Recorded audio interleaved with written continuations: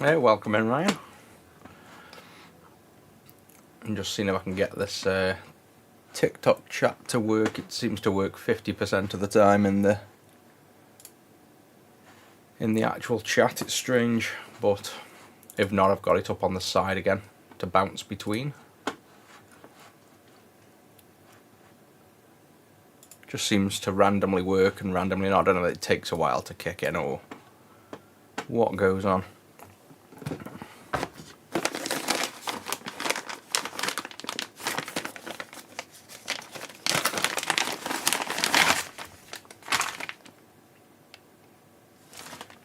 think these are the switches we used last time. Oh, there's a bit longer one.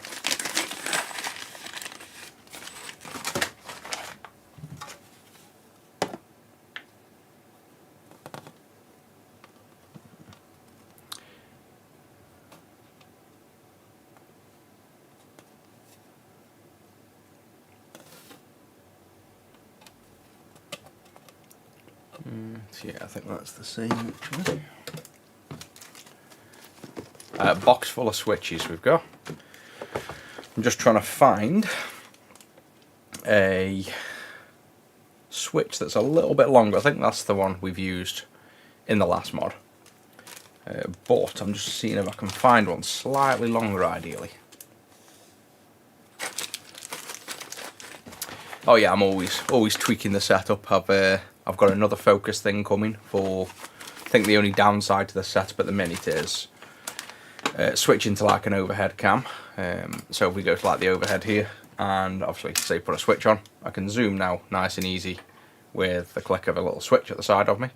But the focusing at the minute, if I move the focus out of focus, I have to use an iPhone to basically unlock an iPhone with my super secret passcode, definitely not all ones, and then go to an app and just tap this focus button. So it's kind of a bit of a ball ache at the minute, but I've got a little focus wheel that I can turn, so I'm going to like mount it to the side here by the actual zoom, and then I can just quickly pull focus. After that, I think the setup's pretty clean. I can like tap between the views nice and easy, go to the overhead, zoom in super close. We can pull up like monitors. So there's the TikTok Live. You can pull up the HDMI, which will be the Jag. All nice and easy. But yeah, it's taken a long while to get it set up nice. So let's just see if I can find. I don't think, even though I've got tons of different buttons, I don't think we're going to find one more suitable.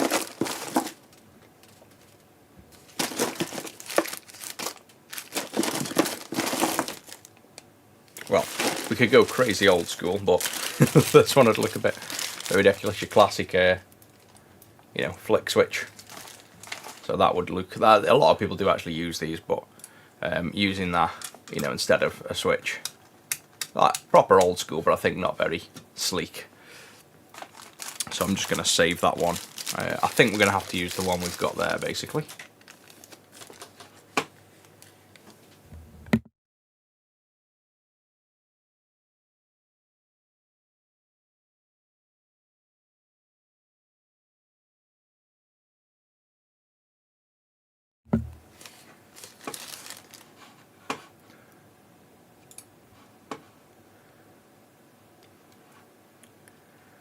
Right, so I can do.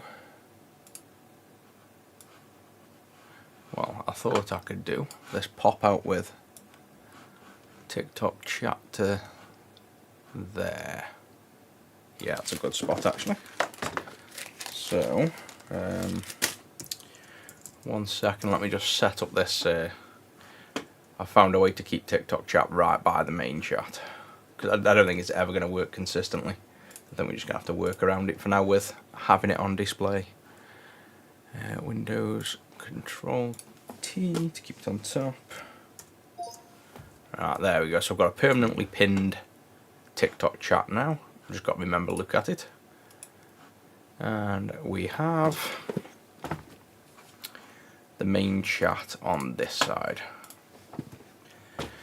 No, I haven't called anybody yet. I've been flat out doing software for a few days.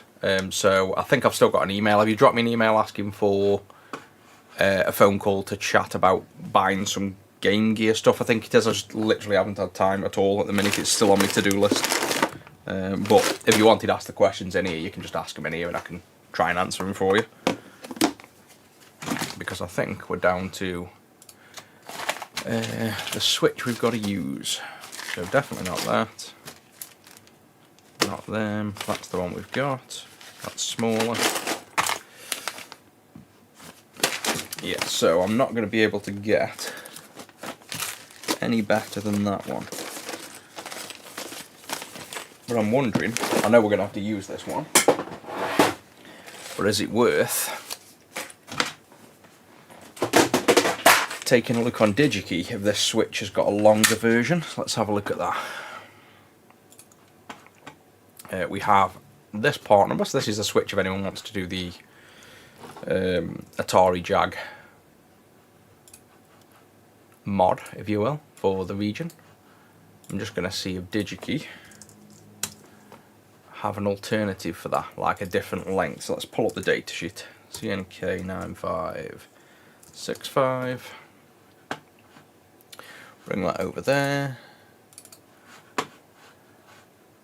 Pull up the PC. Actually, I don't think chat's showing up in...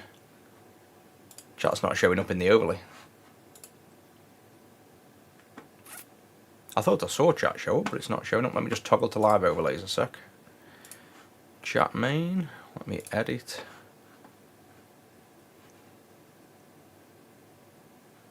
Refresh cache. Right, let me just somebody drop another message. Let's see if it pops up in the chat. If not, then this chat's even worse. It's just stopped working. But I can see your messages, but you won't be able to see other people's. It started at the beginning, and it seems to have just lost chat messages now as well. So we have this switch. There we go, working again. We want to see if we've got a longer version in the datasheet.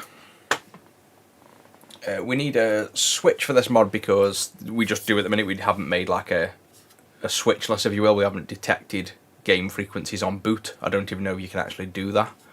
You probably could. You could probably read the game data and figure out what it's trying to do. But at the minute, this is like the standard way. We're going to do a little discrete switch down here.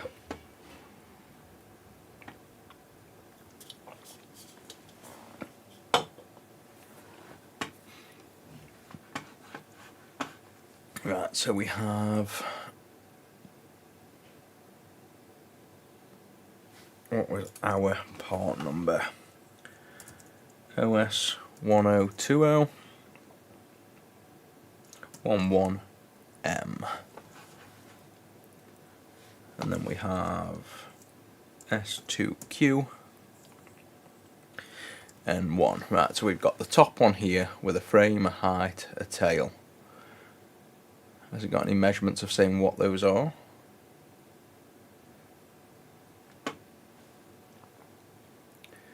Frame, tail, height 2.7. Frame height 4.7, tail 3.6. Yeah, so they do a longer one. So the one we've got at the minute is 2.8 mil length, and they do one that's 3.6. So it would be this one we want.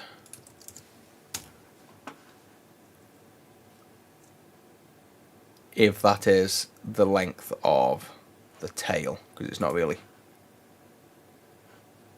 telling us not longer. So we want it where the height 4.7, 7.5. So that would be this one.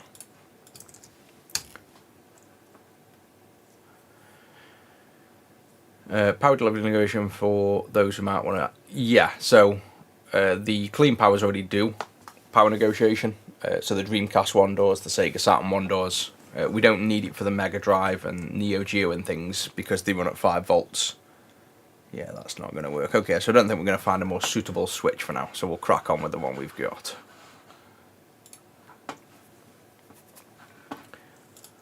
But if you've got a certain demand for, you know, power delivery on a certain console, let me know, because there's no reason we can't. I've made the thing that does power delivery, so like I say, they technically already do.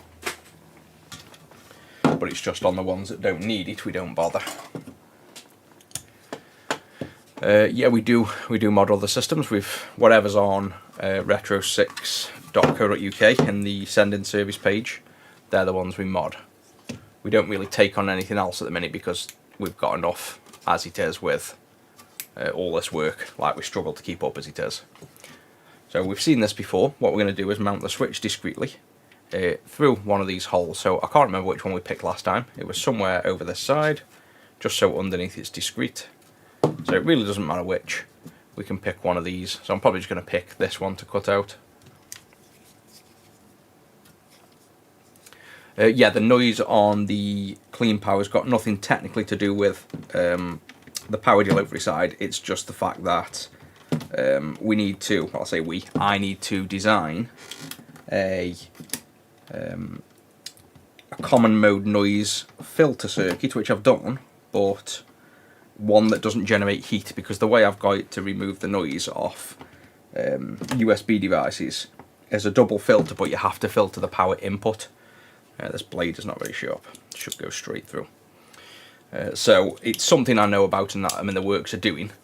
At the minute the solution is a high quality USB device, but I should be able to get it so that you don't need a high quality USB, and we have like a common mode filter. So it's something I'm aware of, and it's something I'm actively trying to improve for certain. That's why I haven't really made many more clean powers at the minute, because before I move on to other systems I want to kind of figure out the video noise thing, so that when you're using cheap power supplies it still is clean. Oh yeah, the Jag is crazily suited for this switch. It's almost like it knew we needed this switch, so that's how discreet the switch is. Just like sits in that gap there, and then if I think I'm all the way zoomed out, yeah, so if I pull focus, this is where I need that focus, little focus pull, so I can do this focus a little bit quicker. Yep, and keep searching for focus. I think I'm too high up for it to actually focus there. Wow, it doesn't want to. There we go. So you can see, just fits in. And I want it to sit flusher, but we just can't really get it any closer. So it's doable, as we said with the other one, with a fingernail. You can just switch it nice and easy, and it's super discreet. So it works for now, and we've had no complaints. It's just something I think we want a slightly longer switch for, ideally. Let me just clean up this hole as well. I'm going to have to refocus on that. We just want to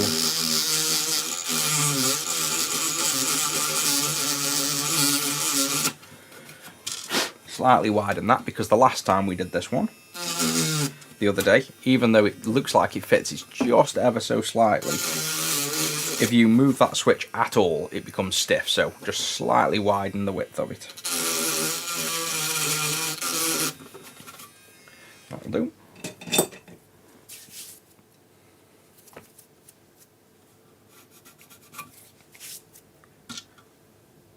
Alright, so now for this we want to, I think we just epoxied it in last time. So position it central, yes we did, so. Well, we've got time to move it once the epoxy's on. So for epoxy, what I use, because this is something that took a long while to find good epoxy, the only good ones I've found are Z-epoxy, or Z-epoxy if you're American, and this Speed epoxy. Both of these are very similar, but the best one is Z-epoxy, that's why I'm just using this up first. And basically you mix the two parts together. I just use a sticky notepad, and then you get parts A and B, obviously. So this is an equal mix epoxy. You just use the exact same amount of epoxy for both. Get them right near the tip, and then We don't need much, but I don't like to put too little down, otherwise they don't mix well. So you've got to put at least enough out that you're going to mix it right. And then the trick I use is a little bit of... Where's my little mixer tool gone? It's ended up somewhere else. Somebody's nicked it.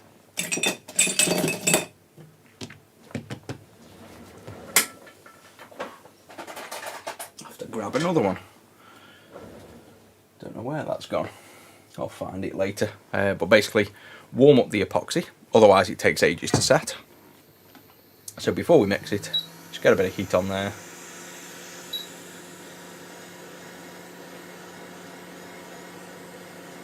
Yeah, that's a good point. Nobody says ZX Spectrum, do they? Still ZX Spectrum. Or do Americans say ZX? I can't imagine me calling it ZX Spectrum, surely. We need some Americans to confirm whether that's true or not now. So with warming this up, with just a few seconds of the heat, it's like very liquidous now. And this will give us a couple of minutes working time. Well, not even, yeah, probably 2 minutes working time at most. So within probably 30 seconds of mixing this, this will start setting.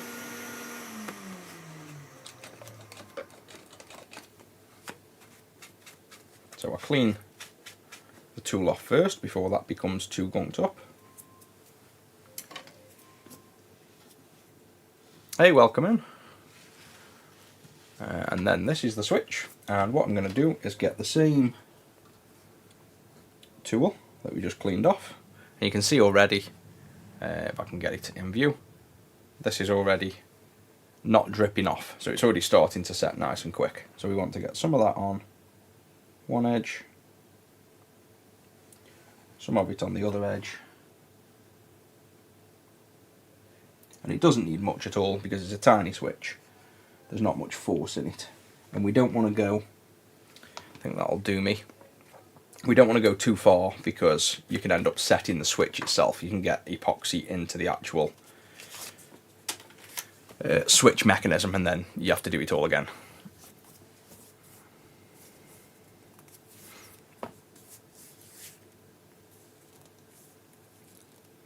Ah yeah, Brian, so do you actually call it ZX Spectrum then? Is that actually a thing? Like, I wouldn't have thought. Doesn't sound right to me. Like, I can understand other things, but I've never heard anyone say ZX Spectrum. Right, so that's in there. We want to let that set now. While that's setting, it's perfectly in position.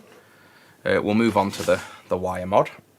So in this case, I think this Jag is already an NTSC. I think when we were doing the recap yesterday,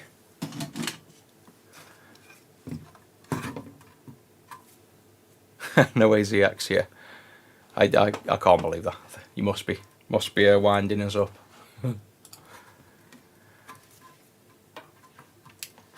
So what we need to do is, yep, here, see how it's missing? So this resistor is normally present on the PAL, so the fact it's missing, it's basically, yeah, you guys are definitely winding me up. There's no way you say that. That's just wrong. I need to see a commercial where it's advertised. That's the only way I'm going to believe it. We don't need to do anything there because it's removed, so we can just tack a wire straight to the bottom right pin of U25 over to that switch, and then the other side of the switch to some relevant ground point. And that's all there is to the mod then. So it's a nice easy one.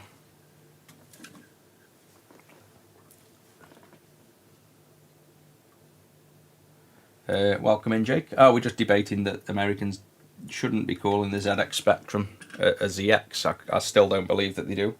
But apparently there's a lot of people that are saying they definitely do. So I want to see a commercial. I want to link to a YouTube video of somebody selling it in America called the ZX, because I'm not going to believe it until then.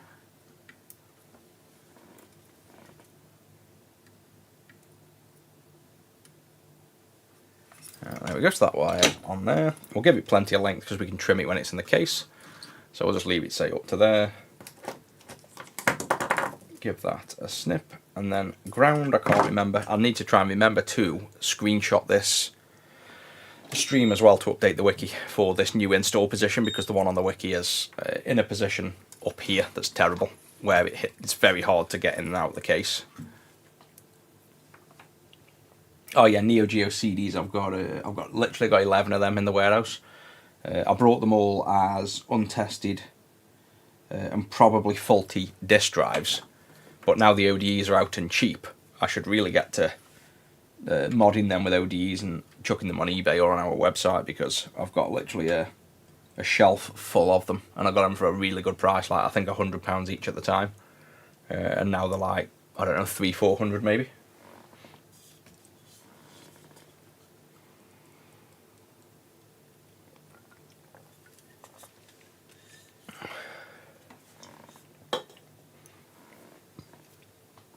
Yeah, we do mod the consoles with you-know-what installed. It's very popular. I think it's one of the main reasons we've started selling a lot more desktop consoles, because of that. I've just done my PlayStation 1 with the X Station the other day, like my own personal one. I've just loaded that up, so I just need to set it up in the games room. Now I found the RGB cable. I just need to set it up so I can play some Resident Evil again, even though I've only just completed Resident Evil 1 and 2. I might just do Resident Evil 1 again. Or, like we say, mate, I don't know whether I want to start speedrunning it, because I think it'll ruin the game for me. I always take days and days, if not weeks, to complete Resident Evil. I think that's part of the pleasure for me, the fact that if you don't go on it for, say, a few days, you forget where you were, what you were doing, what clues you were up to, and it just takes you longer to complete. So I think, like I said, that's part of the pleasure for me. If I started speedrunning it, then that would ruin it for me. Yeah, PS1, we already do HDMI. I just didn't do it on mine because it's going on a CRT. But yeah, we do the HDMI, and it's on the website as well. Right, the switch still isn't set, but if we are careful, by the time we've assembled this, it should be set. It's normally set by now, so whether I didn't put heat on long enough, or whether it's just a bit colder in here at the minute, it would normally be set by now. So it won't be far off, I don't think. So that's back down in there. I don't think there's anything we're forgetting. This was all tested and working. We just didn't do the region switch, so I'm pretty sure all we need to do is this region switch.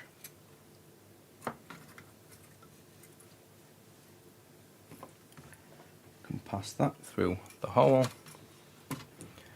and the other side to ground. And then what did we decide the last time, can we remember? Which I think we said forward towards the console was going to be 50 Hz and backwards was 60 Hz, which means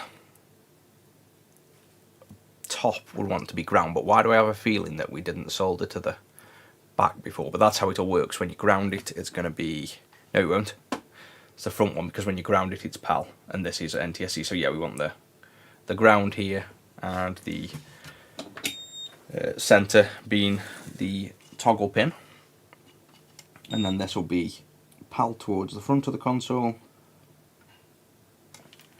and NTSC towards the back. So then if you put the switch up here, it's going to say Jaguar, and if you put the switch down here, it's Jaguar. We need to do like a sound boot mod as well, that'd be quite cool.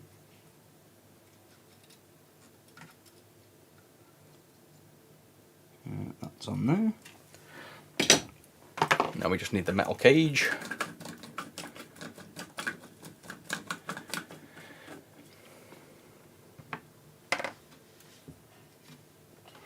Yeah, I think it did. Yeah, that's a point actually. I don't think in America it's even called a ZX Spectrum. Like, they didn't release it as that anyway.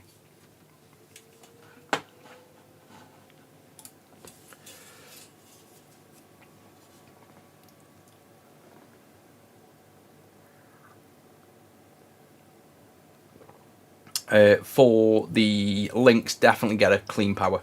The biggest problem with links is the power circuit failing. So even if they're good, I'd swap it with a clean power circuit. Even if you don't do the USB side of it, definitely use a clean power mod.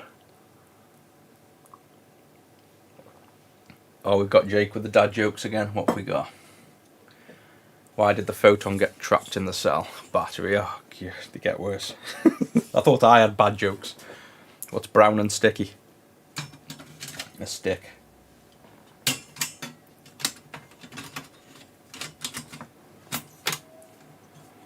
And now for the funniest part. Oh, hang on. Yeah, we're ready. Getting this cage back on. When I started out modding, did I ever mess up? Oh yeah, I still mess up today. Not as often, because you just get used to them, but yeah, the mistakes always happen. It's just part of the game. I don't really make many these days, but it will happen. You can't really avoid it. You just have to try not to make mistakes that are going to cost you too much money, because I have a thing where, even though we pretty much have a blanket clause on the website that we can't be held accountable for any damage just due to the nature of the work, my inner morals kind of don't let me honour that much, so I end up, if I ever break anything or anything goes untoward, even if it's not really our fault, like say the pocket screen the other day, just it's as fragile as hell and we weren't abusive opening it and it still broke, I just give the customer another free screen. That's something that I could easily charge for, but you just have to factor all things into the business, so we charge enough as well to generally cover things, so when they go wrong we can give the customers good experiences. That's more what it's about. But yeah, there's things that can go wrong all the time. What we used to do, which was in the early days, and I say we, it was mostly my other staff members, and I'm not just saying that, but it was.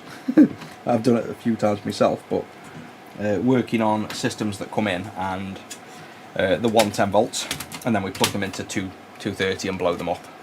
That used to happen about 5 or 6 years ago until we got used to checking for that. I know it sounds really obvious and common now, but when we were starting out and everything was fresh, that was a semi-common occurrence that we'd blow things up. We'd just be in the store when we had the physical store, and you just hear bang and turn around and have a look who's blown a console up. But usually it was pretty simple power circuits and things. It wasn't that drastic because the mains income circuits normally have quite good protection on, and then it's just trying to remember the most common things that happen when you're working on stuff to make sure you don't repeat mistakes.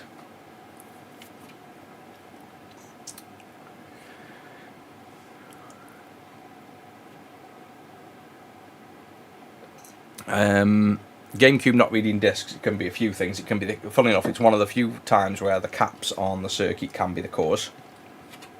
So you might want to recap the laser board. You can tune the laser. That's almost set now. It's not rock hard, but it's almost set. Let me see if it moves.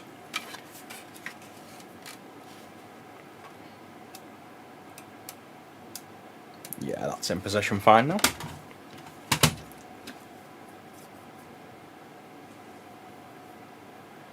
Put that one in there till I find the other.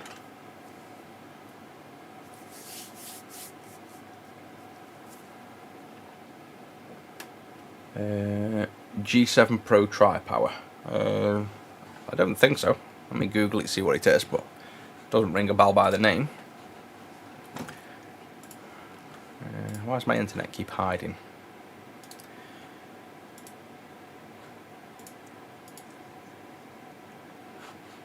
No, I don't want to open emails. Jeez, there we go. Internet.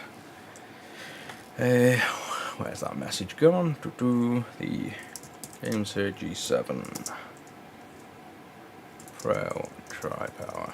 Is this going to be something to do like a Mega Drive Tower of Power thing or not? No, just a controller. I presume you're talking about a controller then. Oh, they look quite nice, just like an Xbox controller. No, I've used the Mamba ones, but not those. I might try them, they look quite nice. They look almost a mix between a Switch and an Xbox. Let me chuck that up on screen. Oop, now I've clicked into it. So on this one, up that up. So this is the one I presume you're talking about. Like well, there's a few, but like this kind of style. I think the Pro was at the top somewhere. Oh, I did see it. But that's the one I use there, funny enough, the Mamba. That's the controller I use. But I can give them a go. It's always nice finding cheap wireless controllers that are good.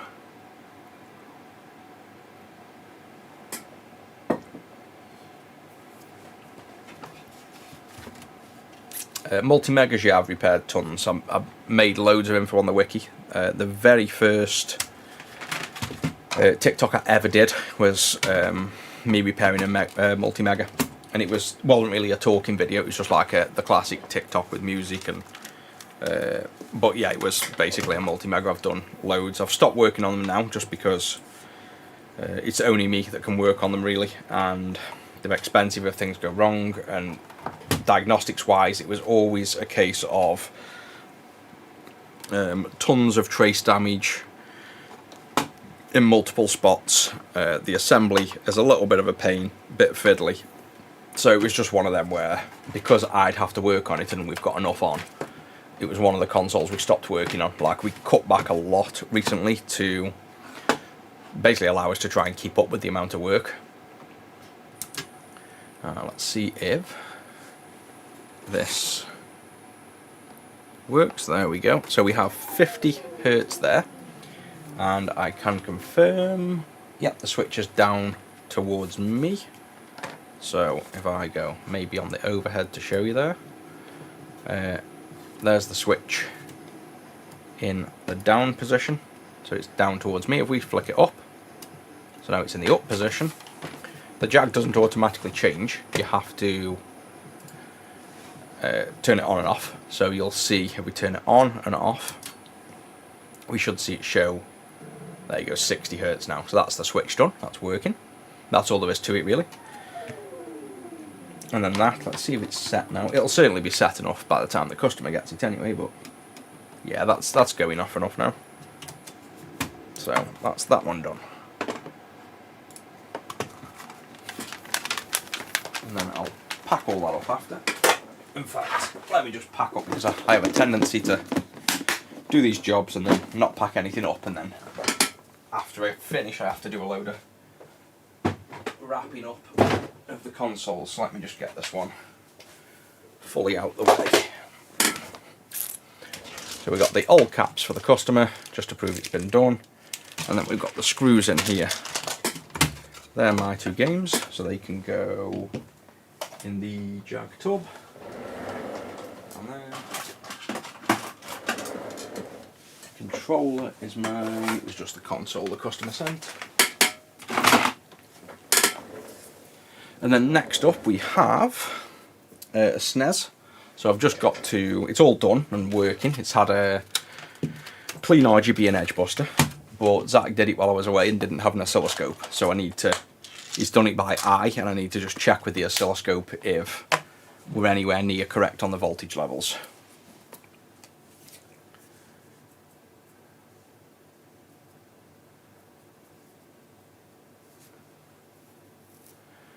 Pico station. Yeah, I haven't done the Pico stations yet. To be honest, I still read that they're not really quite good enough yet. They still don't support, you know, all the stuff that the X station does. And because of that, because I have a maxed out library, I didn't bother really going into the Pico station. But if that ever becomes a bit more popular, it also seemed like the GitHub didn't have much going on with it. It like wasn't active, I don't think. Region mod, yes and no, or just yes. I can't remember. I think the Jag has, I can pull up the wiki, the frequency oscillation. I might be wrong again, because I say this every time, and then I know there's systems like the PS1 that have the frequency modulation.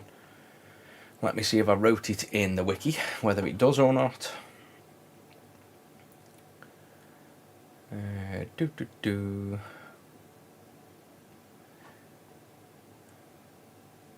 No, so if you, well, it is and it isn't the mod. I've wrote on the wiki that basically the oscillator up here, or the rather the video circuitry up here, has a switch to toggle between frequencies, but similar to most consoles, it won't toggle the chroma between different regions. I think on the Jag, I've wrote on the wiki, I haven't bothered doing it or proving it yet, but there is actually a PAL NTSC switch, which normally there is though on most systems. And even if you toggle that, you need data where you change the chroma crystal when you're also changing the switch.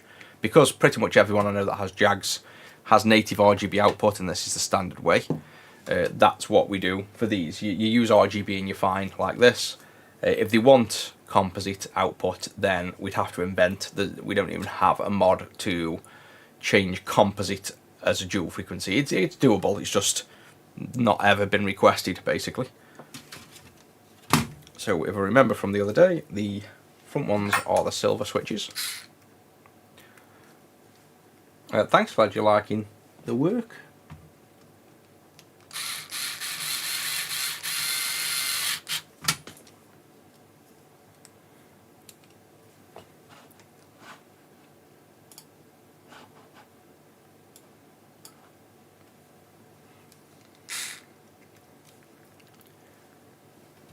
Favourite console,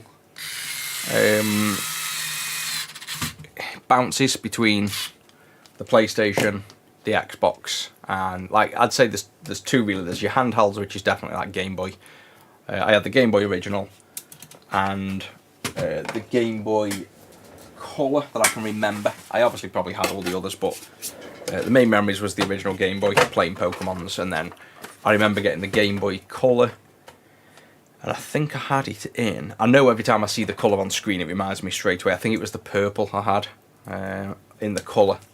Purple or the green. I can never remember. When I literally just get it out and look at it, it brings back memories straight away. But it's between one of them two.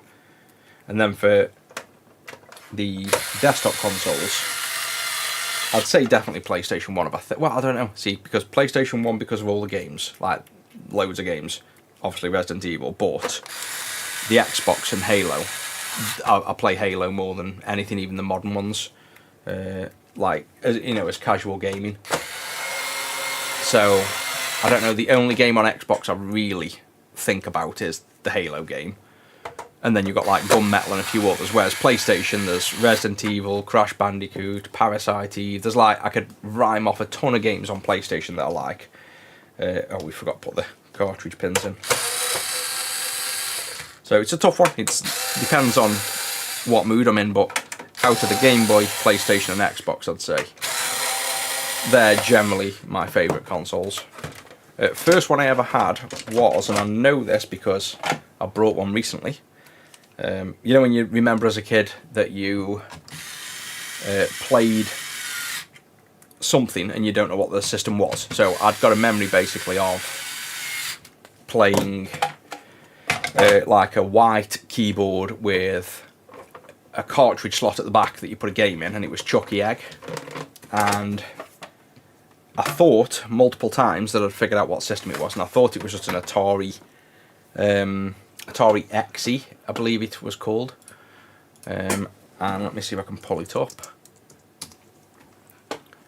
This Atari XE thing, yeah. So I thought it was in fact, every time I see this, I think it's the Atari XE, or maybe it is. So if I pull it up, I'd have to go in the games room to have a look at what I actually brought, because I've purchased one once I found out what it was. So if I pull this up on here, so I thought it was this, which I might still be right, because if you look at the image on there, there's the cartridge at the back, and these are the buttons. I remember these buttons. As soon as I saw them buttons, I was like, ah, that's the console. But let me just Google the Atari STE. So that's it. So originally I thought it was, somebody was saying it was like Atari STE, but there's no connector. So it was actually the Atari XE that I had, and there's no way that's the price because I own one. I've got one in the other room. But yeah, this was my first ever console that I remember having, and only because I've got distinct memories of these buttons here and Chucky Egg and it taking. Well, in fact, I thought I even had a tape drive on these that also loaded games, but they took like 5-10 minutes to load. So that was like, that's my memory of the first one that I can remember.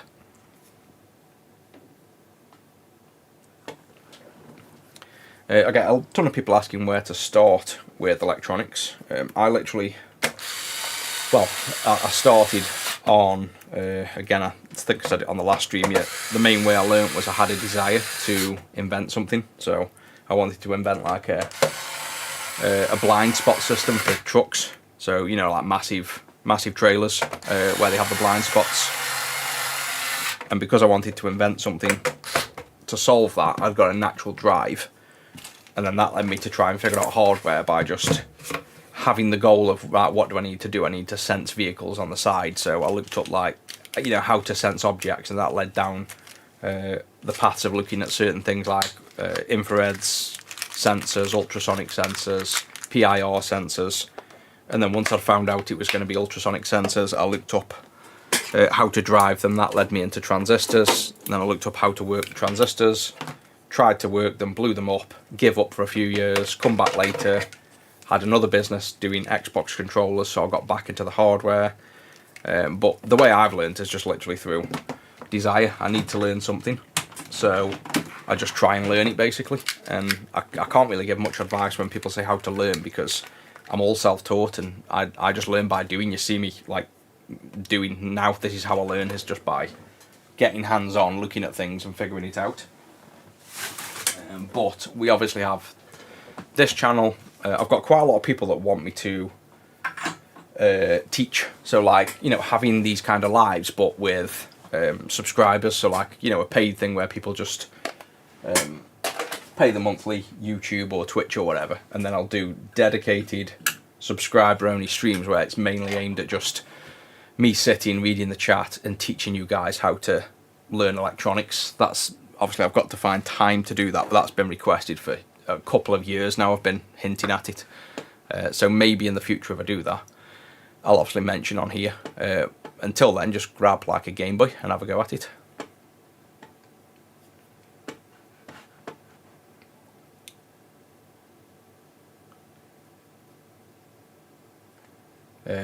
Yeah, XEGS, is that is the one, I think. XE. I knew there was something about the name that wasn't the same.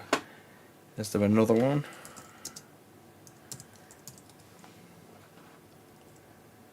Yeah, that's the one, XEGS. I think that's the one I brought. I'll have it in my eBay history.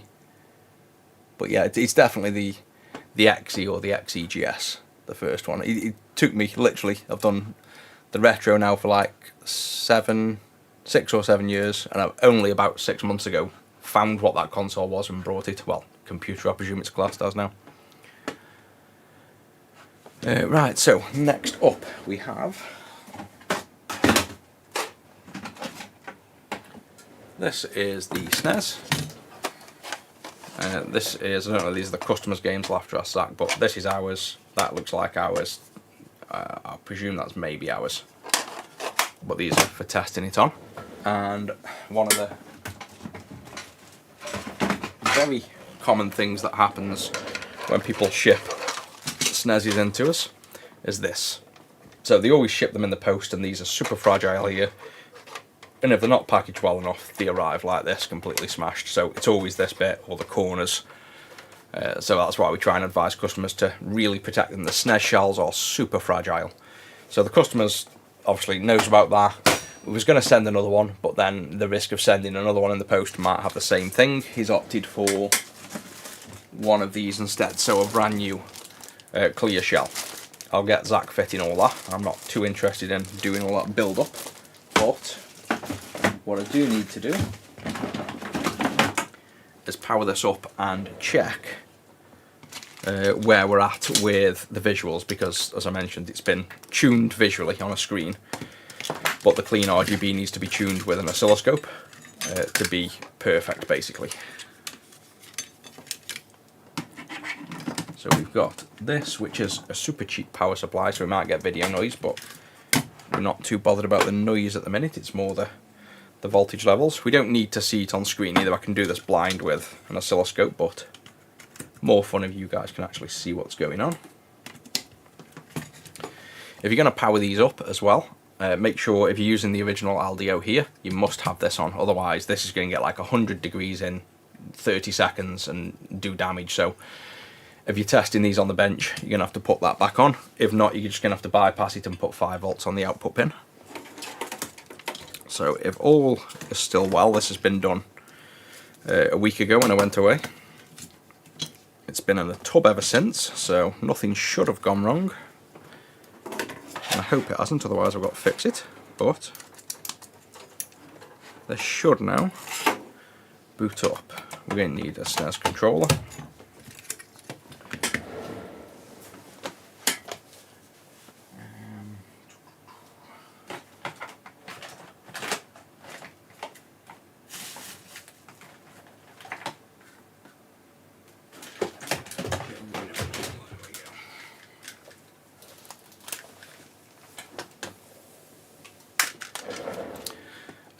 Jag with region lock, I don't think it does. It's just got, we've put a region switch in, but I don't think it's region locked.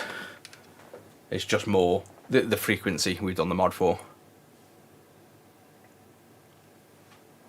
So we put Super Famicom controller in, pull up this, and then turn on. Yay, there we go. So now, I don't think that's going to be right, personally, but I think I've been messing with my OSSC and turning down gains and things, so that won't matter too much. We want the PAL test suite load into this. Oh yeah, definitely. The diet I'm on is absolutely mental. I've lost now £8 in under a week.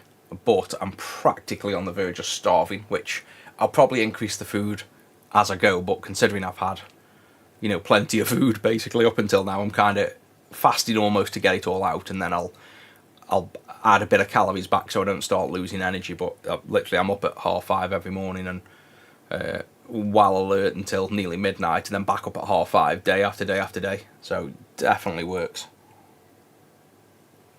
I think it's something about your body, isn't it, when it goes into survival mode, it keeps you alert as well. But yeah, it's definitely working. Like, I feel much better at myself. Didn't feel that bad before, but I don't think you realise how better you can feel. So which one am I after, really? Well, all we're checking here is for white. So there's a screen that, actually that might not be white bars. That will definitely be white bars and there'll be pulses. So let's look at that on the scope. And we don't need the hot air on now. Get the scope here. We'll need a ground, which we've got. This is probably going to power off when you turn it over sometimes because the cartridge flexing. But if we turn that over gently, you can see on the back there we have the clean RGB universal, which fits most consoles, and the edge buster to eliminate the ghosting on the edges. I definitely need to make this into an individual board, like a fully pre-configured board for the SNES, because we've, oh there you go, I think we've we glitched the console with it being rested upside down. Let's load back in. Yeah, this install is really a professional install at the minute, whereas it doesn't need to be. I can make like a dedicated single board that you just solder in like a normal mod. But for now, this is what it is, basically. All tuned with an oscilloscope or with the settings I show off on the wiki. So let's open up the picoscope.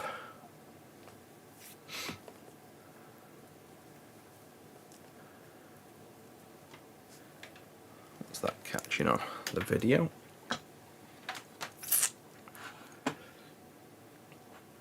How did I know that was not going to load? Unplug the picoscope a minute. Try not to bloody unplug the cameras, that'll be fun. There we go.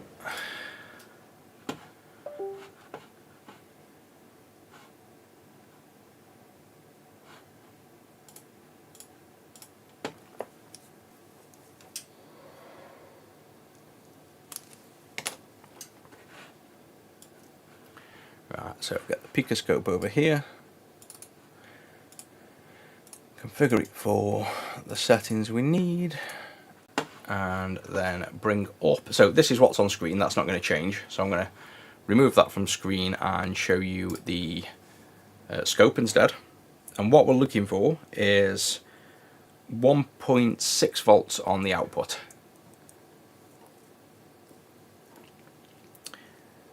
So we need a ground. We can probably grab on this ground close enough, or not.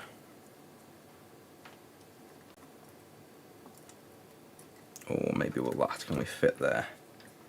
Yeah, just about there. Yeah, for the diet I'm on, it's pretty much heavy in protein to try and not lose muscle, and then obviously doing weights at the gym to keep your muscle, but I won't be able to lift heavy because I'm not eating enough, so I'm not going to have the energy to lift enough, basically, where's my little turner? So the goal at the gym is to just try and maintain, basically, so while I'm losing the weight, I don't lose too much muscle. This install is the clean RGB, so it gives perfect RGB output on the SNES, and we've got an edge buster down here which removes the ghosting on the SNESes, but we've just got to check that it's been configured right. So I'm just going to have to add, I think, a wire for this because that ground is too far away. I'm going to end up knocking things otherwise. We'll probably find this is turned off. You don't normally solder as well, by the way, when things are connected to mains, because the ground goes through the iron tip and it gets confused about temperature. But you can make it work, and if you're lazy, you can just about get it done like that. But you should technically unplug everything. So now let's just check if we still have the console on. Yep, so it's still good. Now we have a ground we can grab and fly around with. And the first step is the DC offset on the red. So let's take a look at that. Now we can probably go larger on that, get a trigger. We'll put a filter on of, I'm going to put a 4 meg filter because the video circuit filters at 4 meg as well. So if we do that, that means our scope is seeing what the system would see. Zoom nicely in, and then if we drag bars down, we want to see the offset at 0, and the top wants to be at, well, it doesn't matter where the top is, we just want to make sure the offset's just about 0. So we see the 0 line where it currently is, but we might be too far tuned, so let's turn the DC offset until we see that move. So yeah, that means the DC offset is fully off, and it's got no offset there, so that can stay where it is. And now for the divide or gain, we can go straight to the final output. So all the divides are fine, they're at max already.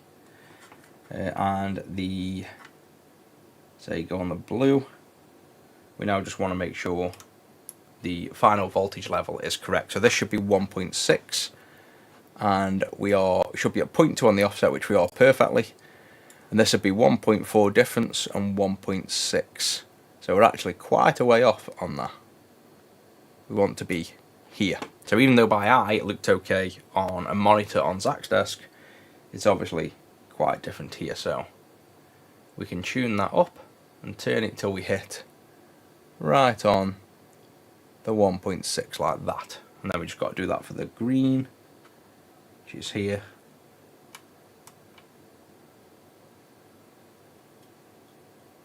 Right there, and then finally the red.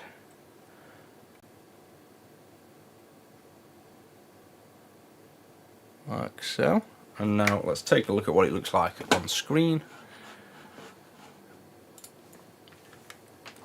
And there we go, bright colours. If we go back now, you can see that's like super vibrant. Let me just have a look on full screen a minute.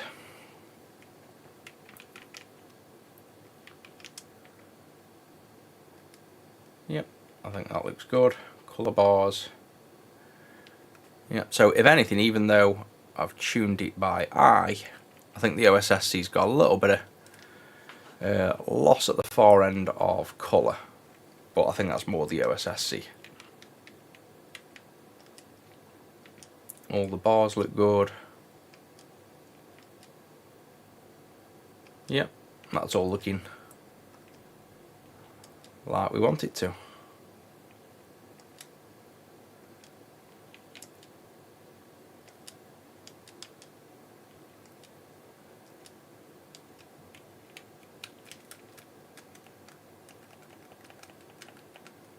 Yep, so you can see every step. And the fact you can see every step shows you haven't lost colour. So there's 60, 70, 80, 90 and 100. So the fact you can see every gradient shows that the colour's where it should be. So that's now tuned fine, which means that's now good to go. So let's just disconnect this and let's just play an actual game. So even though we've tuned it on the test thing, let's actually put a game in and see what we think. Okay, let's just disconnect the power now so I can actually get that off, otherwise I'm definitely not going to get enough heat to remove that. That's in there. Put the scope away.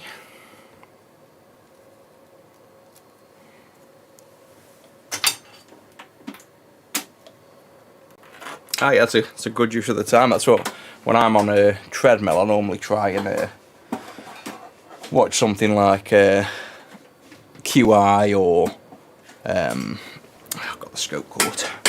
What do I watch? It's depends if there's a series as well, but I'll normally re-watch something like, say, House MD, and know that, you know, when you've watched a full episode it's 40 minutes and that's your time up. But I'll normally these days I'll do 10 or 15 minutes warm up, then go do weights, then come back and do 20 minutes like on the treadmill again. So I don't do massive cardio at the minute. I'm more warm up and then weights to try and maintain some muscle mass.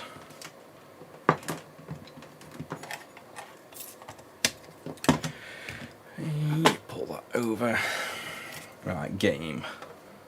I think this has got games actually. I think I've got some games on the flash card. So yeah, that's better now, nice and bright.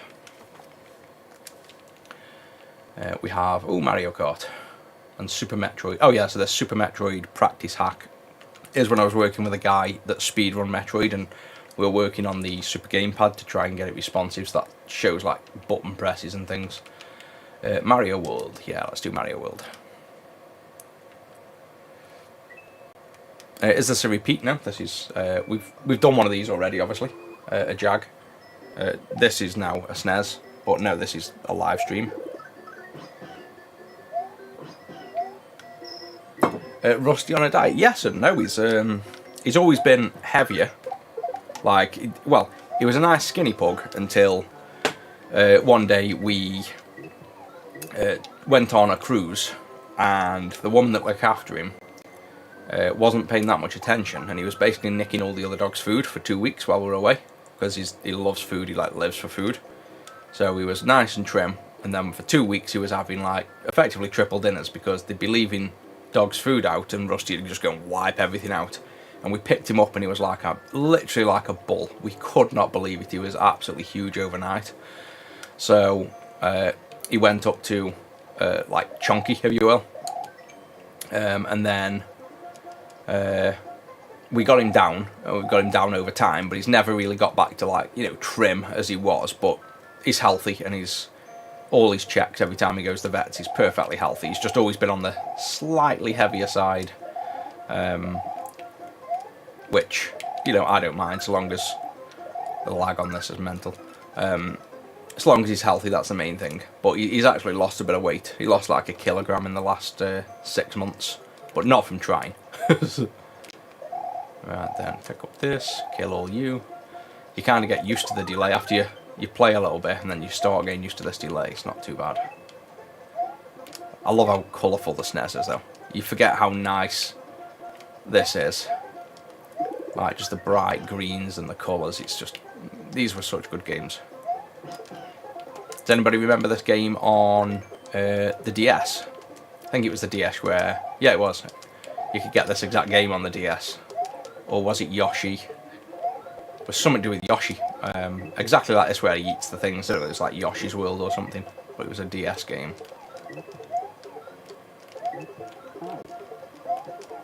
Whee! Yeah, so this is working good. I must say I'm not very good at this compared to actual the normal Mario, Super Mario. This world one's harder for me. I rarely play that.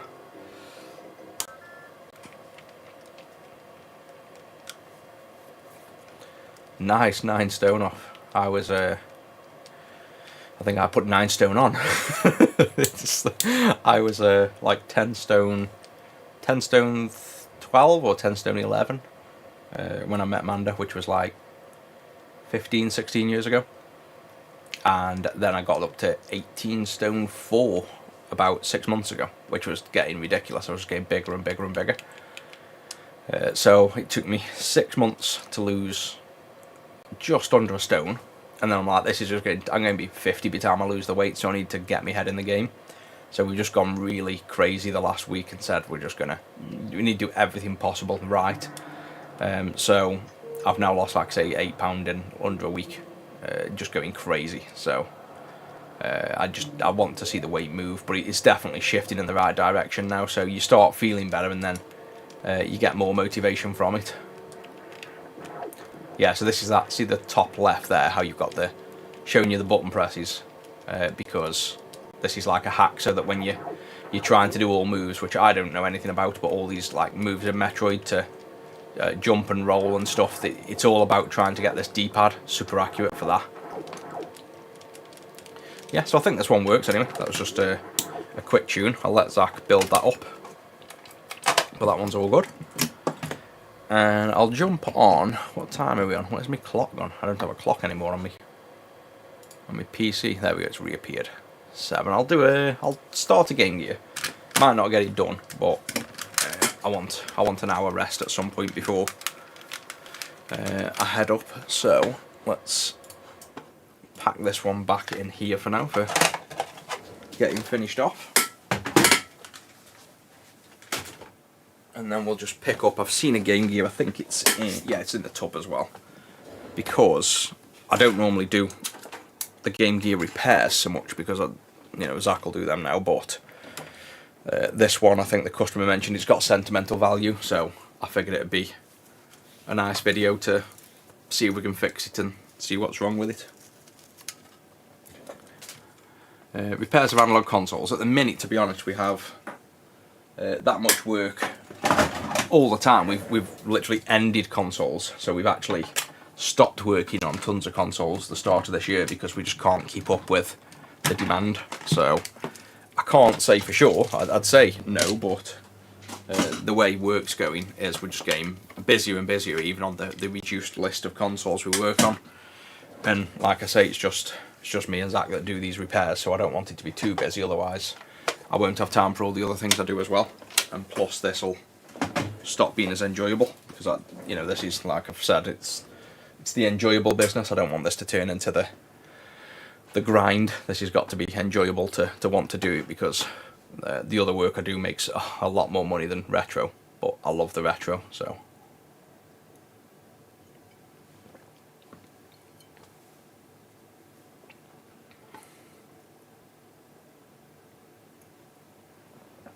yeah, that's good work. That was Paul. You need just keep plodding through, as long as you feel healthy doing it as well. It's about, I think, maintaining it. Like you say, it's a long journey, but I think as soon as you start on the right track, you don't mind so much, because when you're seeing progress, you don't mind the sacrifice of what it is. Somebody's been in my tub and moved everything. The SNES, it is. It's for Samuel. So if you're Samuel, that was probably yours. The one that the shell smashed in the post. That's all been tuned and working now, so it'll just get reshelled. Oh, I got a cut on my finger burning. It'll get reshelled tomorrow probably, and then collected Thursday. Right, let's remove that from the screen. Game Gear. Right then, let's see what we can do. So let me just, I can't bring that to the camera too much because we've got personal details everywhere. Let me just read it off there. Right, we can hide that. then that's got nothing personal on, so we can go through that. The order, however, has, so that wants to go back in there. The only thing you have to think about on live streams now is that obviously 1 second glimpse at something, and I could accidentally give away people's details if you didn't want that happening. It's quite hard to you know, keep off camera because this thing tracks my face, so everywhere I go then people see it.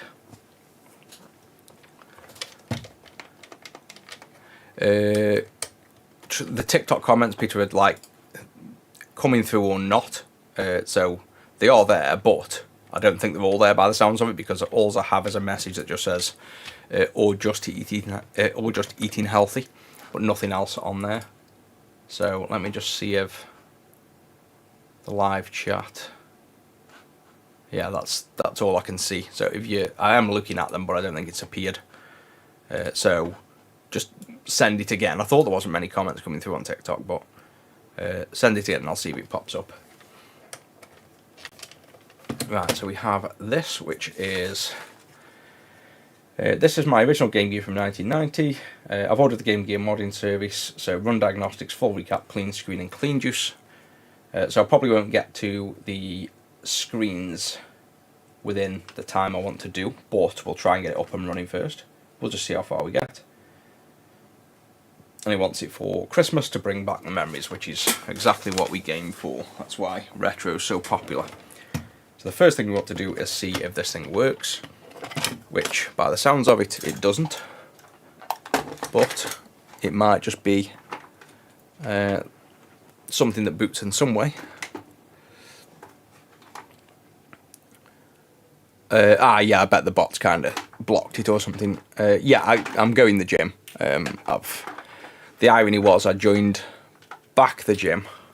I pay for the gym usually up front as like a one-off cost, and I joined it when we went away recently to Tenerife. We said like when we get back we need to start smashing the diet in.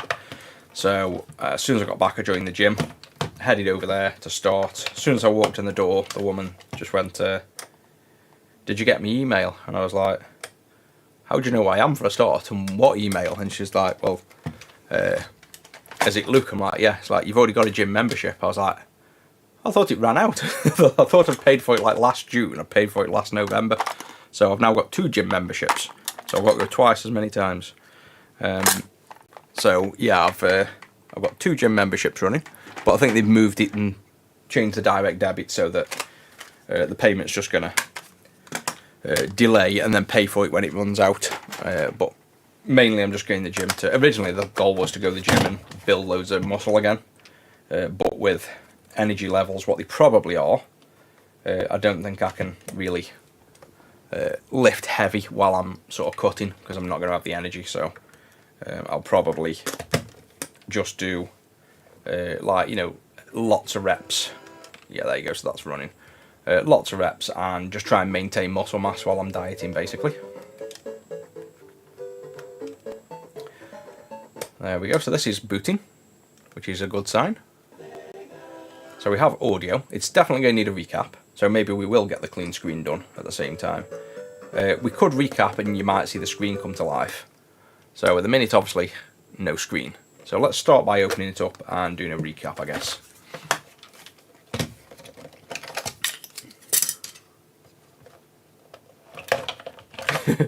Yeah, just it's crazy how much work we turn down. We always have though. We've like, I think the retro, with it being obviously small though as well, we're not like a massive business, and it's all manual labour, so it doesn't take much until you have to turn down. But my problem was I never wanted to.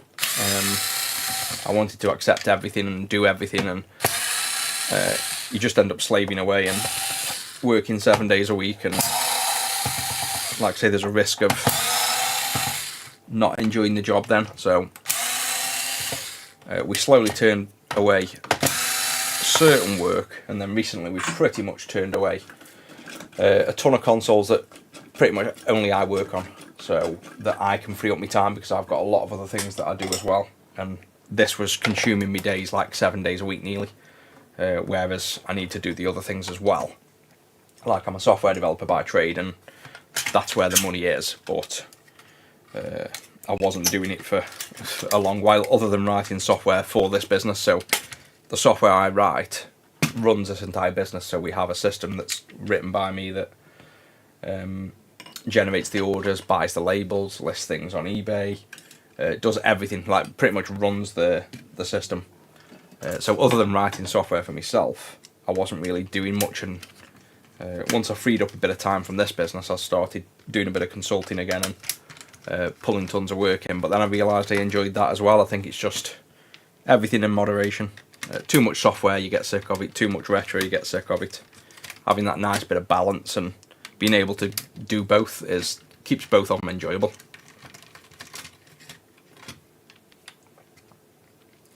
Gadget UK, never heard of that one. I'll have a little search up on YouTube tonight if he's on there.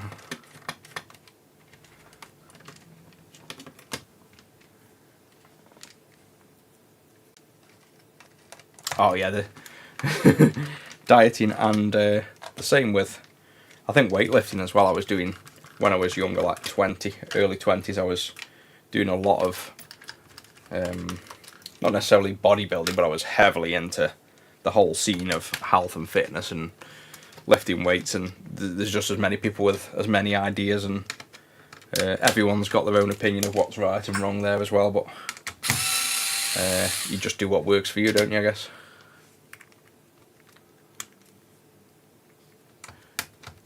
Ah, nice. Did you get the bits from the US store now? Because we've got retro6.us we opened up fairly recently. I bet it's not far coming off a year though, to be honest, when we opened it up.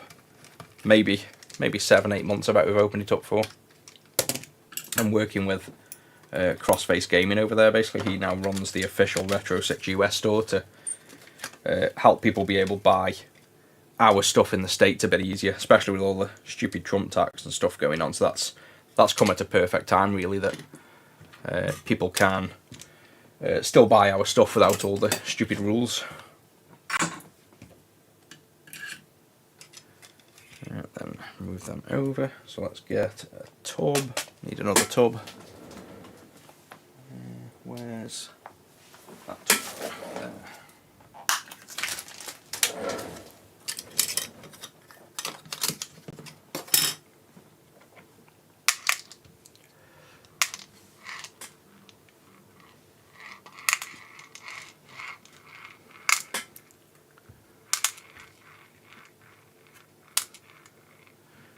Black Orphan and Counterpart. Never heard of either of them yet. Are they on Netflix? I know one I started watching that I never finished. It was, I can't even think of the name. It was one of them kind of, I don't even know how to explain it. Basically, they had like discs in the back of the neck. It's really popular now. Is it Black Mirror? Might be called Black Mirror, but it's basically where your entire existence is on a disc in the back of your neck. I kind of watched that before it got popular. Enjoyed it, but just never finished it. What is it we do? Fix up old consoles? Yeah, we do repairs, so like these, and we also sell consoles if you want to buy them. So if you want to buy, a Game Gear, you can buy it without sending yours in, or you can send it in to us and we'll fix it up and mod it. So yeah, pretty much fixing consoles, selling consoles, and we sell all the parts if you want to do it yourself as well. So if you wanted to mod your own consoles or fix them up, we sell all the parts separately as well.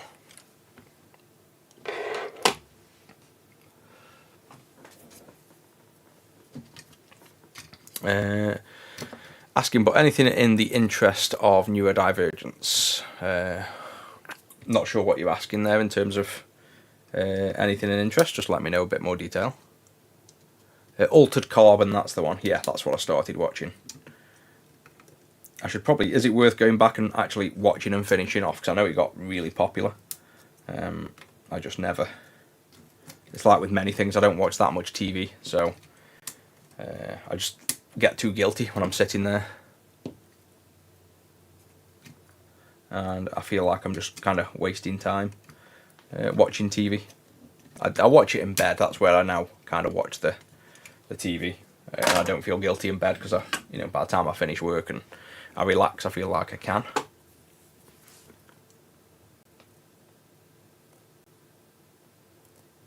Ah, yeah, nice. They sound interesting. I'll just I'll make a note of them. If I don't watch them, the missus probably will, because she'll watch way more. Black. In fact, I think she might have mentioned one of them. Thinking about it, maybe it was Black Orphan that somebody's recommended to her. And counterpart.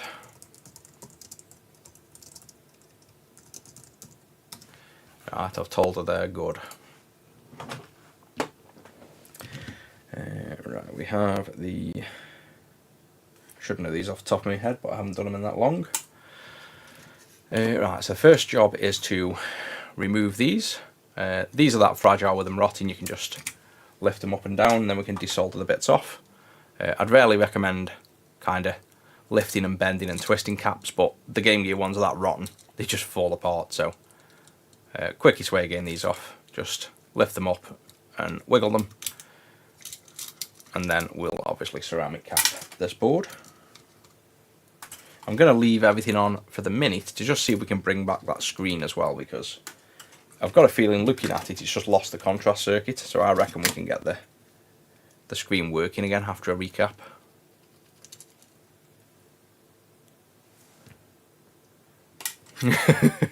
Yeah, the Game Gear ones, honestly, they're that fragile, they just snap. So you can see the legs are still on, so we're not damaging any pads. The legs are still on every pad. So otherwise, I wouldn't yank them off if it was going to knack or anything, but these are the Game Gears I know very well, and I know that's how they are. So now it's time to make the room stink of fish with all the capacitor electrolyte.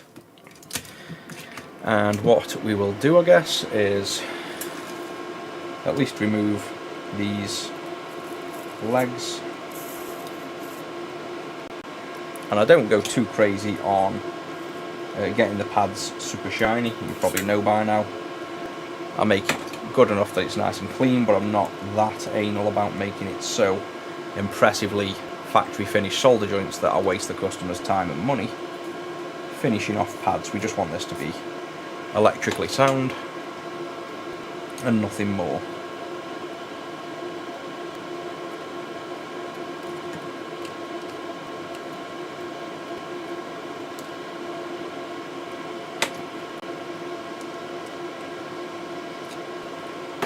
Can do once you've got the legs off is we can go in with the desolder wick, bit of flux, and cleave away that solder. And then when we come to put the next layer of solder down, those pads are typically clean enough at that point that we don't need to do any more.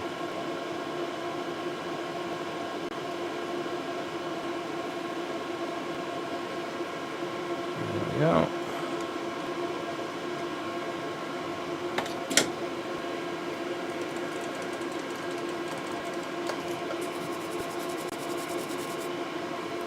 And that's pretty much the finish we're looking for on the pads. That's, to me, clean enough to put caps on, and we don't need to take that any further, so we'll do that for all the pads. My iron's running at 390C, and I pretty much use this tip universally, a kind of small spade. I don't use the point much. The points aren't great for heavy pads when you need to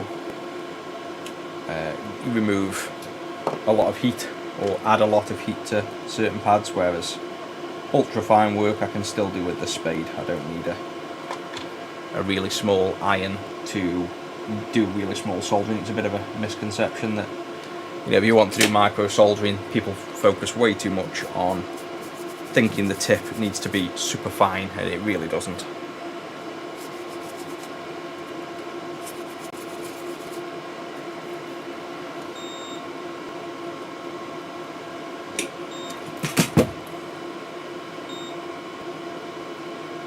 So I think the only two caps that are needed off the top of my head are these two here, this one and this one, which are 1 microfarads that help with the backlight circuit of the Game Gear. And obviously all the others are pretty much decoupling caps and aren't crucial. They obviously help the system, but they're not crucial. So we could, if we were being in a rush and wanted to test something, we could just put these two caps on and see if the screen lights up.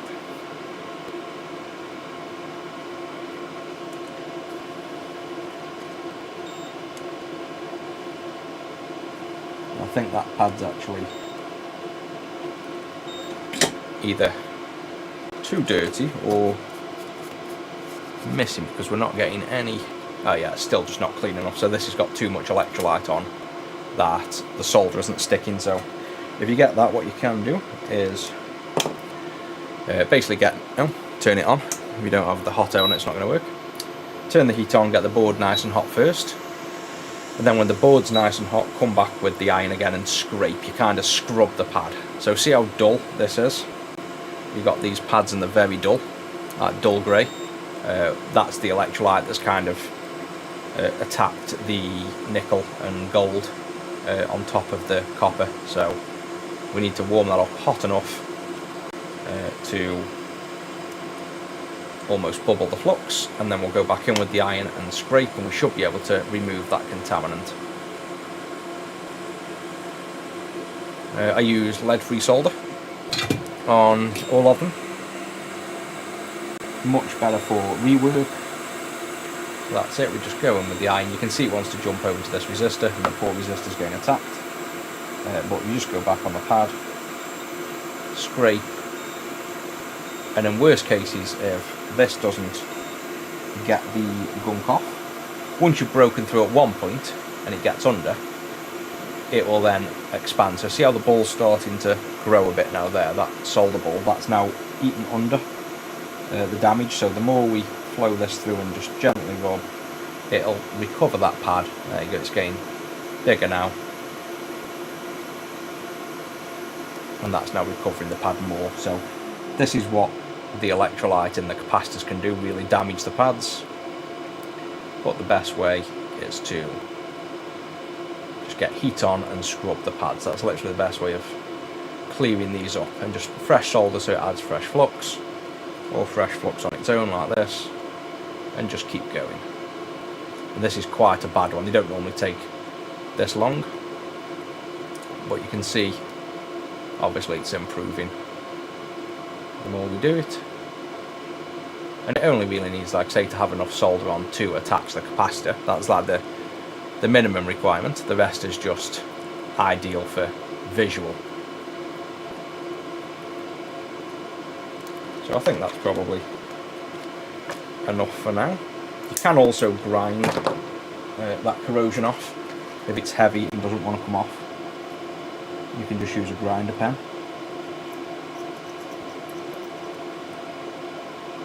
Let's see if that little bit of rubbing. Yeah, so I think this pad, to be honest, is, I think it's basically just all corroded, so I don't think there's any pad there really to stick to. We might just jump at that one, because the more I clean that one, I think they're just that bad. If you look through, yeah, there's that much gunk on it. I think that pad, now we've actually cleaned, there's just completely nothing left. So that was all rot. So for that pad we will jumper, and you can see the trace just goes to here. So we'll just, obviously that pad's missing anyway. That one's cleaned up nicely, so I think we can now fully tin that pad. So that pad's now fully recovered. That pad's just come off with the desolder wick, so obviously wasn't adhered good enough anyway. So we can put a cap between this and that pad because it's close enough, and that's no problem.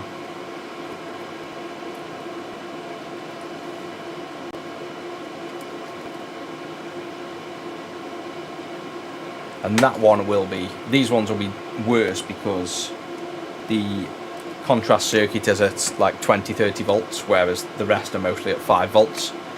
So when these are failing, they've created a bit more of a damage because of the higher voltage. That's what I'd suspect. Whereas you can see these other ones, as soon as I've removed the pins, they're basically fully recovered already. So hopefully the only real bad ones were them 1 microfarads. The rest should be nice and quick.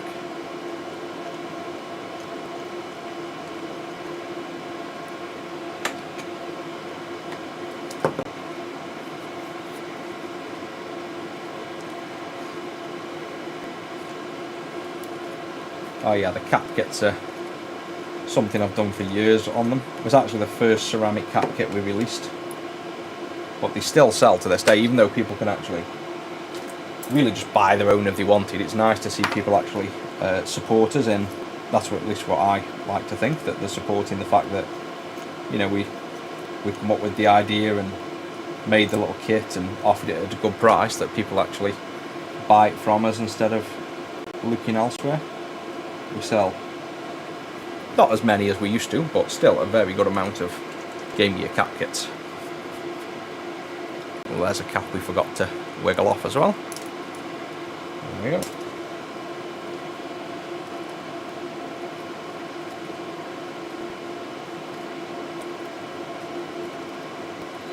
That pad's a little bit gunky.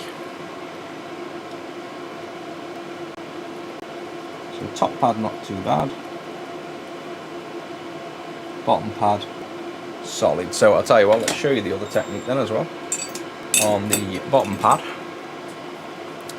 So this one here, I'm just going to get a grinder pen and we're just going to go on top of the corrosion and actually grind through it a bit, because heat won't transfer through because it's all corrody, if you will.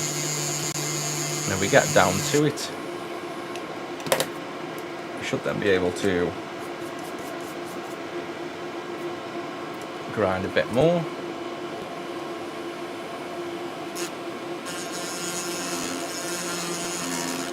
And once we expose a bit, if there's anything in the pad left, we can then go back in with the solder. So there you go, now you can see under. And because the solder's got something to stick to underneath, it should then fill that pad now with solder. And there we go, so it started to fill. It's not full, but that's, I think, about as far as that one's going to expand before becoming another pad that's got that much corrosion on with just bridge. So yeah, you can see all around there is just a bit of I think that's just a bit of old flux or gunk. I can't really tell what that is around it. And this is a commonplace here under this cap. See these traces that run underneath the cap? These four lines normally get damaged if there's too much leaking. So you look for trace damage under here normally. I think I need a new sponge now, that one's nearly used up. New to soldering, any advice? Have you got, as in, a budget you want to spend, or you've already got equipment and you're after tips on how to use the iron? The main tip I'd start with is making sure you have, if money allows, a decent iron. It's one of the main things to help you with soldering. Without a good iron, you're really going to struggle. Game Gear, as good as hype, it depends on you know, how much you're into them. I guess I like them, but again, I don't recall having one as a kid. I remember the Game Boy. I got into them when I got older, and pretty much probably the first time I really played them was when I've made them for this business in a way. But I like them, and we sell tons of them, so it's obviously got a nice following. There's some good games on them as well. The graphics are definitely far superior than the Game Boys. It's just one of them. It was like the underdog, I think, because it come out probably a bit too late into trying to compete. But yeah, I like them.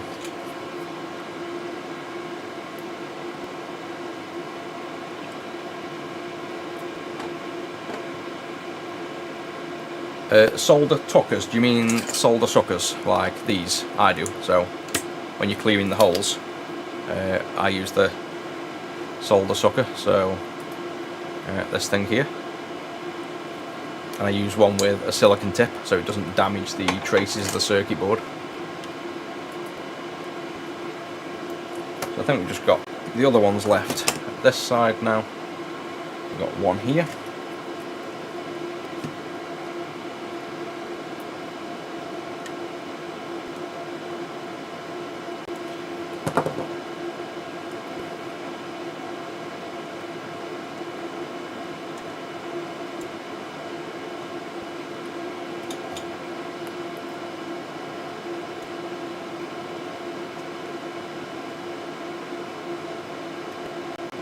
Yeah, so that gunk was, as you see all the gunk being released, where I said I'm not sure what it is, that's obviously just the electrolyte congealing with the heat. So all that gunk here that goes hard pretty quick, that is actually the electrolyte getting hard from being burnt off. So then that goes all, you know, solid.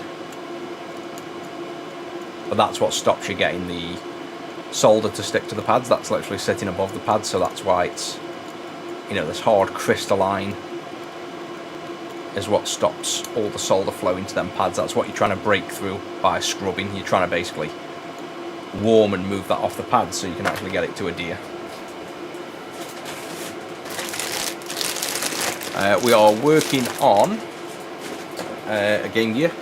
So this is a customer that's sent in their Game Gear, and it's their original, so they're nostalgic about it. So we have the Game Gear in bits at the minute. There's the front of it.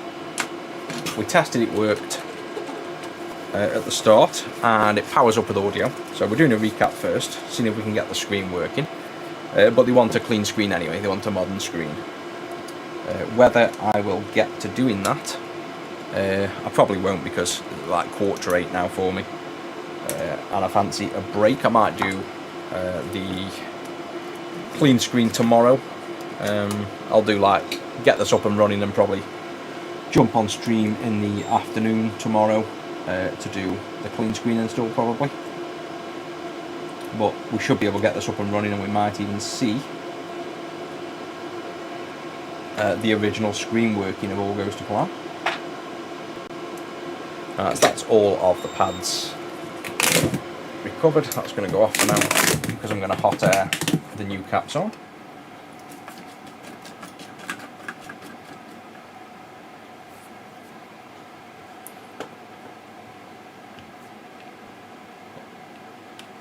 Yeah, the plastic tip ones are rubbish for the solder suckers. Just, I think everyone's cloned this now. This is the original is Engineer, the maker of this, but it's worn off. I've used it that much. But now these are cloned by everyone. So there's like a company called, I think it's UUL2 or 2UUL. I forget which they are. They do quite a lot of hardware now on AliExpress, and they've cloned this. I've just ordered one to see if it's as good, because this is the original. And the key with this is you've got to keep it clean and lubricated, and then it's a short throw. So the other ones are normally massive, so the fact that this is like nice short throw, it's got to have that fast, like you can't even see it going up on camera, it's just instantly up. Otherwise you don't get enough suction force. Alright, clean up the desk a minute because we've got stuff everywhere. And then we will get, oh no, I thought I'd found that, that's the replacement one I made. Right, so let's just be careful we don't get any IPA or stuff on the actual original screen. Xbox original mods, if you go to retro6.co.uk, then send in service and then Xbox original, you can have the Aladdin with Cebios, or I can't remember what other options we've got, but yeah, we've got the options and pricing on there. I'm glad you're liking the stream. We'll do the boot up, but I'll probably call it a day in like 20 minutes, half an hour at most, because I want to go see Rusty basically before we go up to bed. Yeah, Cebios is literally, I think, why we offer it as default pretty much. It's the best one so far. Right, caps.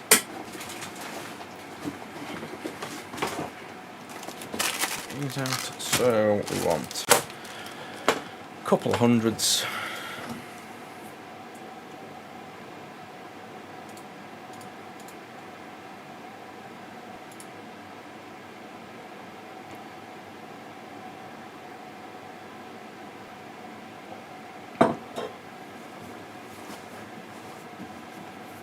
Best tinning flux.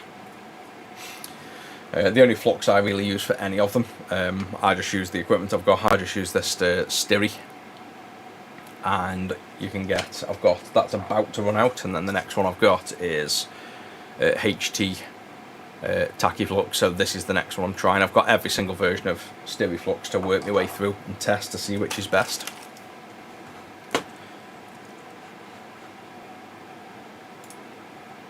Let me just pull up the docs a second.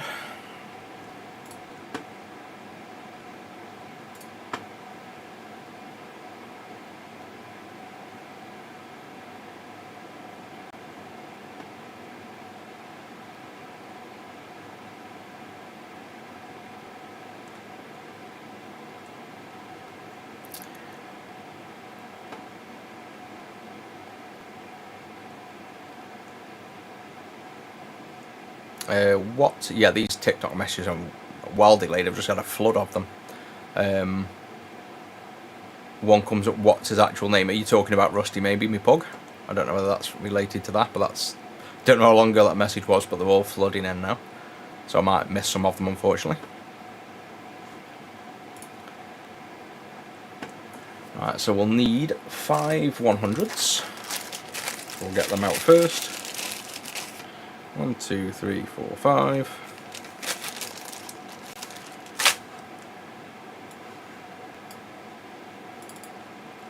And then we'll pull that up on screen, and we will go to the overhead now. This top one here, I normally hot air them in, but because this is next to the plastic, I'm going to iron this one in. So we'll get the tweezers, and what we'll do is we can, depending on the angle, warm up this side, like so. Made that look a bit too easy.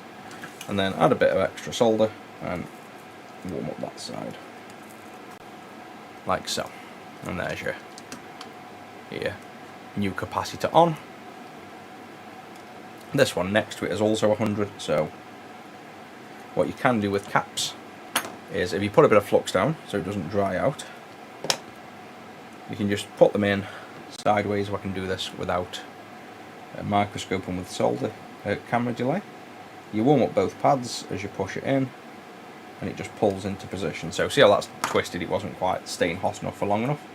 If you get both sides warm enough, and it depends on the size of your iron, not really managing it this way, you'll get the cap to flow. So see how it wants to flow there, but there's not enough heat. You'll see when I do this with hot air now, so that's me showing you with an iron. If we do the same thing with hot air on these two pads, and I'll just move this plastic out of the way, otherwise that's going to get melted. And I'm not too fussed about melting this because it's going to get changed. Obviously I want it to stay intact to test the original screen, but if I was going to keep this, I'd probably desolder this and move it out of the way. But this is what I'm going to show you with the hot air, why it's so good for the caps. All you've got to do is warm the pads up and then place the cap in, and it will just naturally, under surface tension, pull central. And then I'll reflow this one down here so you can see the same thing. So you place it near, and then it'll wet up in a second and pull in. So there we go. And see how we just nudge it and it just moves back to, pretty much moves back to position. If this was a footprint designed for the SMDs, like correctly sized, then it would naturally pull in. There you go, so see that one pull in? That's what you're after. And then this one, say, if we just warm this up, this should naturally reposition straight. So when it gets hot enough, should twist straight. That's what we're hoping for. There we go, so it's like leveled out. So now we have them on. There's one more 100, which is this one here, which again is next to this, which I think we've actually caught with the iron by the looks of it already slightly. Just caught the tip of that. We won't hot air that because of that pin, that plastic rather. We'll just solder it in.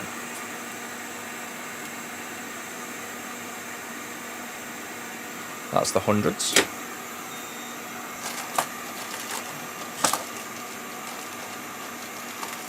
And then we want 10s now.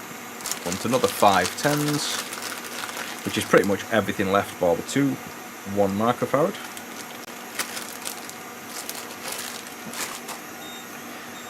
So we'll go back to this one.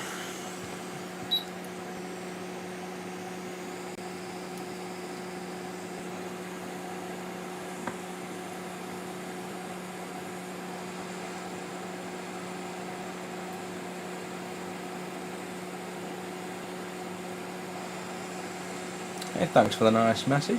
Just spotted it on the YouTube. Glad you appreciate what I do. Second cap not fully soldered. Which one are we referring to?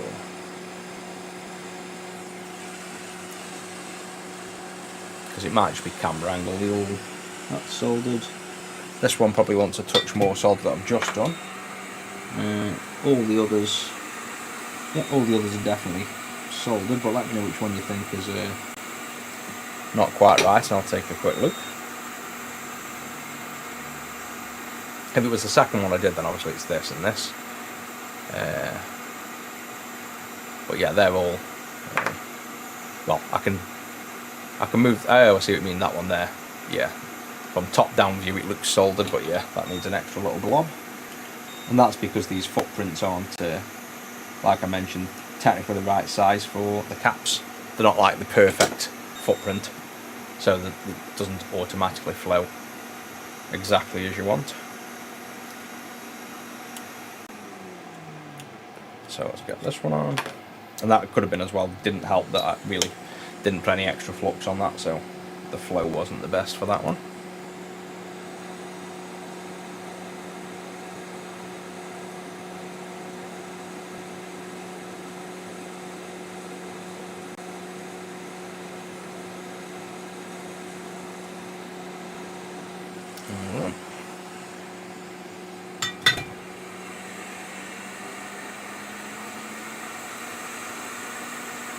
And then we have, we've got the 2 1 microfarads, which is here and here. I don't think we've missed any others over here. Nope, and then we have the 2 over here.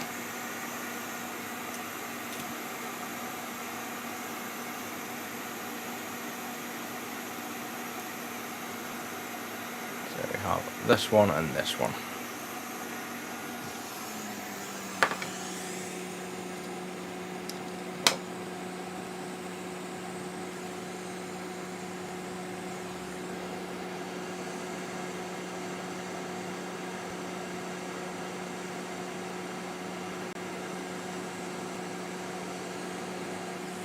That one flowed nicely. That was more of a how you'd expect it to flow if the pads were good.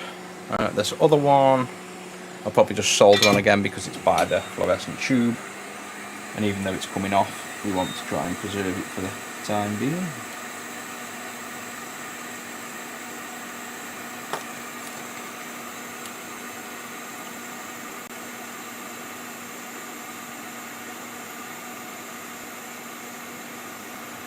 That's it. It's not too bad. So let's take a look now. I think, well, let's just put the 1 microfarads on. Wherever I've put them, I always forget where I've got the 1 microfarads. Got them somewhere. I don't know why I don't keep them in the same tub.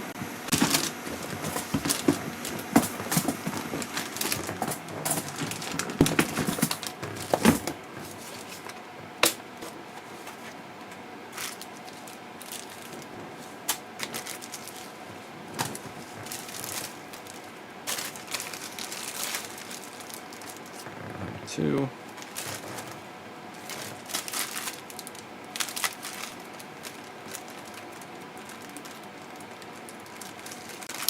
On off with the power board original. You can try, we have a power repair kit, it's called, that attempts to replace the MOSFETs and common chips that fail, but to be honest, we now have something called the power core, and the whole point of that is it's designed to be as cheap as repairing boards or buying them off AliExpress. So this thing's like, I think we sell it for £13–14, and this is mimicking the exact original in the sense that it powers from AA batteries or a USB, but the USB doesn't charge batteries. It's basically, think of it like the original power board, but instead of a DC jack you have a USB.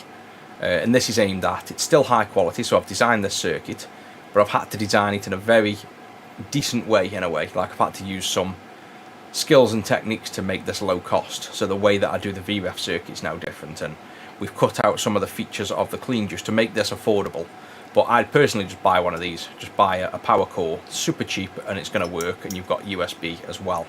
So unless you really want to repair the original, you can buy the power repair kit in the mods section of the website and then Game Gear.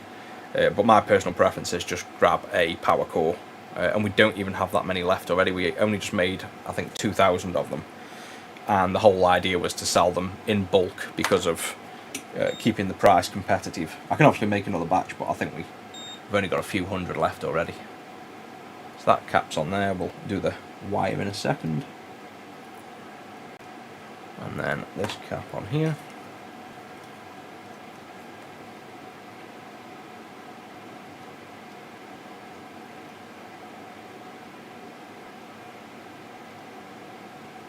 Don't know why I'm using a soldering iron on this one instead of the hot air, but there we go. I think it's because I've used it on the other one. Now, to be honest, we can probably, looking at that, just bridge that with solder. Because you know, if you didn't want to make a bridge, you'd make a bridge. But when you want a bridge, there we go, we can just do a nice solder bridge.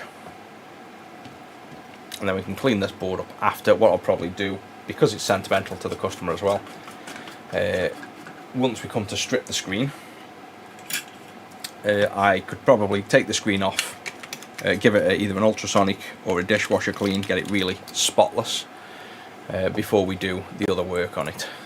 So that's the recap done. Let's just take a quick look. I mentioned actually at those caps, because obviously looking at the top down I didn't even notice one of them was missing solder. So let's just lift this up, try and focus at this height, say. There we go. And now let's just have a nice close inspection of the solder, make sure we're happy with it. Again, I mentioned I'm not after super crazy perfectly shaped solder balls, I'm after nice solid joints. So they look good to me so far. That one looks good. That one looks dodgy under the reflection, but it is good. Just got some odd reflections going on that pad there, but that is, by eye, that's fine. The camera lens is just looks a bit weird on it. Same with that one. The pad's quite small on that one, but it is soldered in. So this pad looks a little bit small, but it's definitely connected. And that's just because the pads are mostly rotted as well from obviously all that electrolyte, so they're not going to be perfectly shaped pads. Yeah, that looks okay. So does that one. And so does that one. So I think we're good if you agree on them. Obviously you can make things neater, but you have to bear in mind this is a semi-rotted board and the pads aren't even the right shape because they're designed for custom-made caps. So you're not ever going to get like a clinical, clean, perfect solder flow. It's not going to happen on these, and you don't want to spend your time doing something like that that's not really of any value. Right, so to power this up, we know the customer's power board works, but I'm just going to use the power core, why not, just to show you this working. Get a USB, so that's in there. We will get an audio board. Do I have one? Yes, I do. This is a duo, but with a single speaker.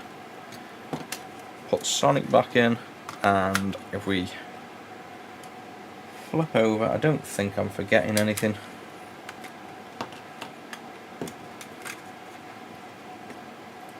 That all in there. And then let's give this a go.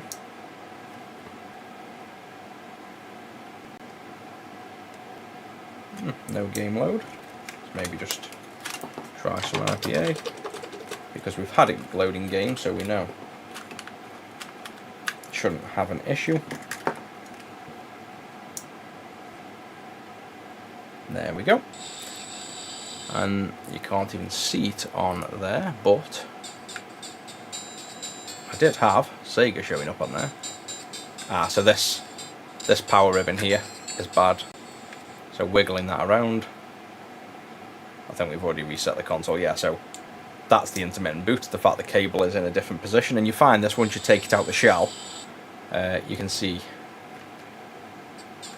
yeah, there you go, see, so you can just about see Sonic on there, but yeah, the screen's as good as dead, really. It's not gonna last, but at least you can kind of see it is there. Just very, very faint. But the customer's paid for the clean screen anyway, so that's not a problem. However, they are going to need new ribbons here. So they're going to need new power and audio ribbons, because that's what that crackling is. It's, see how just moving the console it's powering off? That's these grey ribbons, basically. Same with the audio. Moving the audio, making everything go crackly and bad. But that's no issues, we can fix all of that. The customer, like I say, has paid already for the clean screen. Let me see if he's paid for anything else.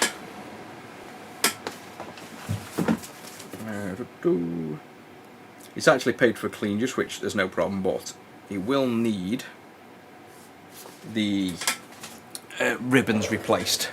Now, because I haven't had to do much, I'll do that for free, because we've only had to really do the recap and we've got a working console for the most part. So I'll do him them connectors for free, and then the clean screen. So tomorrow I'll jump on and remove this, show you how to remove this and install a clean screen, and we'll swap these ribbons and then get it shelled up, cleaned, and in fact what I might do is let's take the screen off first just before we go, and then I can get this cleaned up before the next stream. And so you can see how nice and clean it is, and then obviously we'll fit the clean screen on there. Out there, that back on there. So to do the clean screen install, this is kind of part of it. First thing we want to do is we want to remove this inductor, remove this backlight, so we will flip over, remove this fluorescent tube, which is a 400 volt fluorescent tube like in your house. Well, not anymore, but how we used to have them. The classic fluorescent tubes.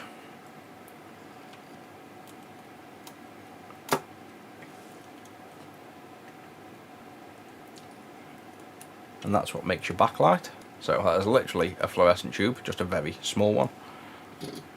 We've got the fuses, so these are fuses to the fluorescent tubes. These normally break when you desolder them. These legs normally come out of the fuses, or in this case they've stayed together. All this stuff goes back to the customer. Again, just this is pretty much standard. We usually return stuff to customers if they mention it's anything sentimental, and if it isn't, it's like, you know, it's standard practice. We typically give back any parts removed off consoles just in case customers want to keep them. It's a fairly common request. But if you ever wanted to keep something and you were sending it in, then just leave a note on the order to say please return anything removed, and we will. That's them two off. And then we just need to remove this inductor now. So that's as simple as warming the pads up and this will fall off. We're fixing a Game Gear for a customer, and then fitting, we won't be fitting it tonight, but we'll be fitting a clean screen tomorrow, which is our modern IPS screen. So there you go, that's warmed up and just fell off underneath without doing anything. But we've got it all up and working. We've fit new caps on it. We've put the ceramic caps all on, and it now boots up and sounds fine.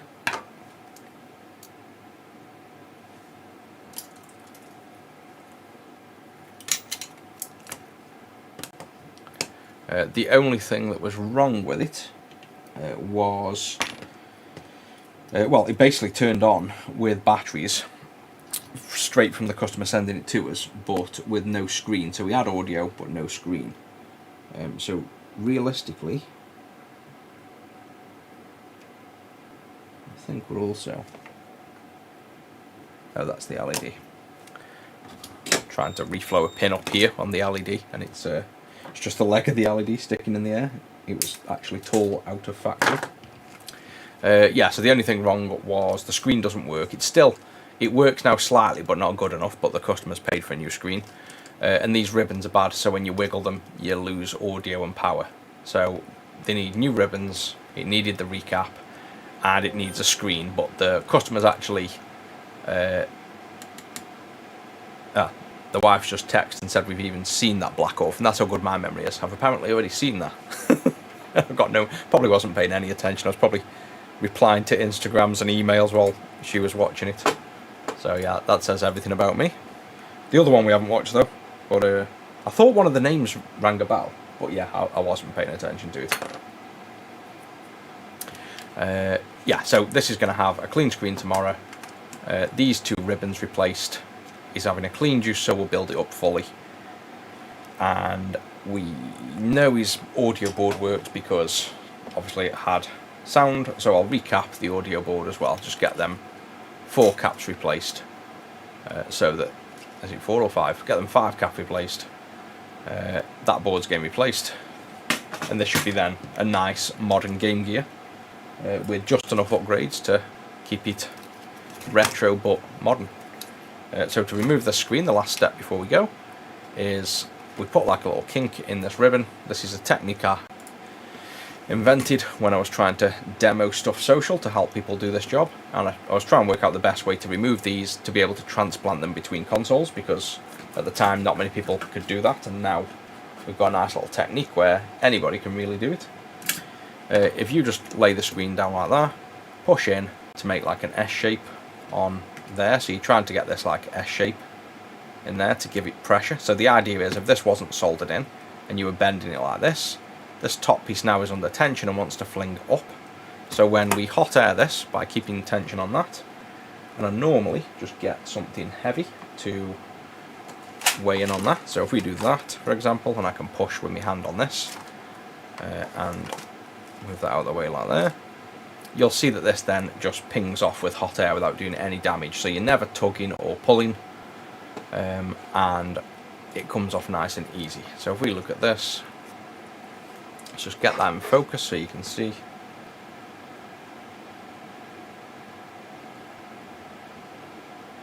There we go. Put a bit of flux on, it just helps with the flow. You don't need it, but what this will help to do is to reflow the pins underneath as you're removing the screen. So now all we do is start at this end and overall just warm the pins up first for a few seconds, and then we'll go back to the start and wait for it to start flicking up. And to be honest, you'll probably see, actually probably best zoom in a bit so you see it better. Maybe not that much. There we go. So you'll see this just naturally ping up in a minute. And then once it starts pinging up, you just work your way down. So see it starting to lift. I'll try and come in from this angle.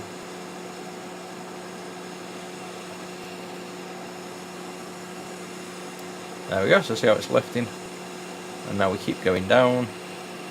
And it just all lifts off. Nice and easy. No contact, no ripping pads.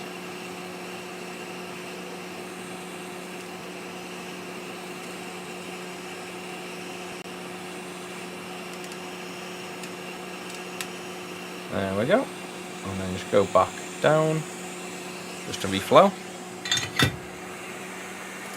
And now the last step is, while it's still warm, flip over, because we have that tape that's holding it in, and just peel away. And then it comes apart, and now what you're left with is a screen here that's been removed. If you flip over, all your pins are intact, none of them are damaged. So if we if we focus down on that, it's probably easier.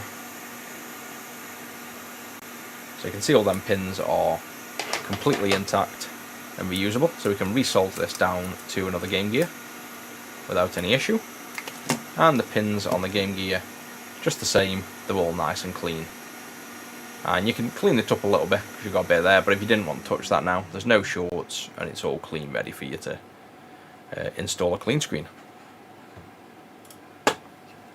So I think that's all we'll do for tonight. And if you want to join in tomorrow, I will try. I'm terrible at scheduling, always have been, always will be.